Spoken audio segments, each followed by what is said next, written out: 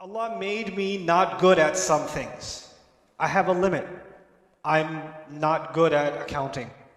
I'm not good at remembering conversations. My mother is. My wife is very good at remembering conversations. Do you remember what you said yesterday?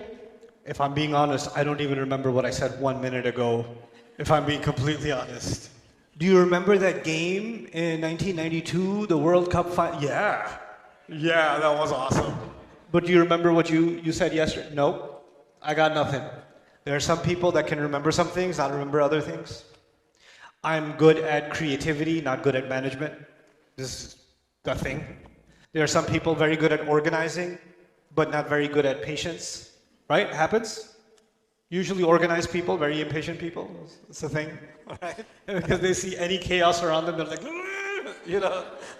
So here's the thing. Yes, I have free will, I have choice, but I have intellectual limits. I have capability limits. I have physical limits. There's a limit to my height. There's a limit to my strength. There's a limit to my physical ability. There's a limit to my economic mobility. Right? There's a physical bodily limit. And that limit is a jibillah. You know, there's a saying in Old English, you can't grow out of your skin. You know what that means? You're made a certain way, and you need to know what you're capable of, and you also need to know your limits. Right? If you're not designed to swim, Allah created you like a rock, and so you just bloop, you know. I had a friend who he could drown in 1 foot. It's a miracle from Allah that he could do that. We went to this place, he went on a slide. It was a kid slide. It was one slide. You could stand up on it, your knees won't even be wet. And he's like, blah, blah, blah. Like, what? Allah didn't make you for that. Right?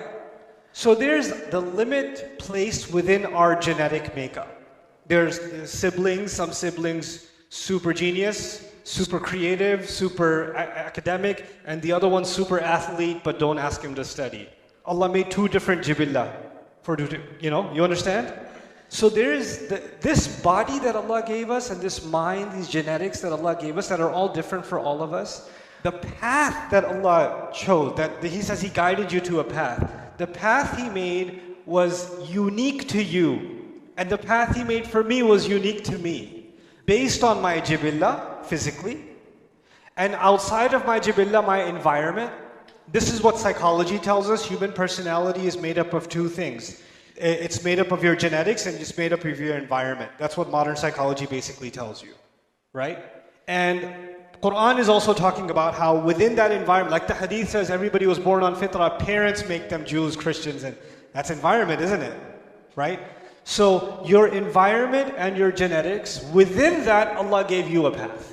Now, a farmer who lives with his kids out on top of a mountain somewhere, and he has to choose the right path. His right path is a different one.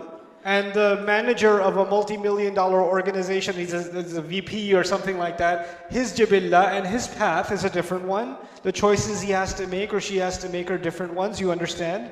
And so each one of them was given the right directive to come back to Allah to do the right thing, and it was put inside of them. This is the jibillah from the body point of view. But then there's the grueling test and the ruh. The ruh itself, meaning there's my physical limits, but then there's my spiritual core inside. That spiritual core also exists inside me. It also has a voice. It also has a say. And it cannot be found in the study of psychology. It cannot be found in philosophy. You can't find it in those studies. But I know it exists. Because you just know it does. That's the sound, that's the thing inside you that feels something when you pray. That's the thing inside someone. Incidentally, I met a woman yesterday. Before coming here, I had a craving for a donut. Don't ask me. So I went to this mall, and I'm getting in line. There's a popular donut place. I won't tell you which one. And so I'm standing in line, and this lady behind me was with her 2 kids, and she said, "Are you?" And I was like, "Yeah." And she started crying her face off. I don't know the face because she was wearing a mask, but what I could see, crying. And she had these 2 little kids, And she goes, I'm actually Buddhist and I've been looking for Allah and I've been praying to Allah and I just found your videos and it's helped me go through so many difficult times, and every time I pray to Allah, I just know something in my heart is taking me back to Him. And I'm listening to her like, Inna hadaynahu sabil. Allah put something inside you, this ruh inside you, it knows where it came from. And it knows it was guided, it was put with a guidance to go back. So it's always finding a way back. Inna hadaynahu sabil. So this is actually the test of the ruh itself.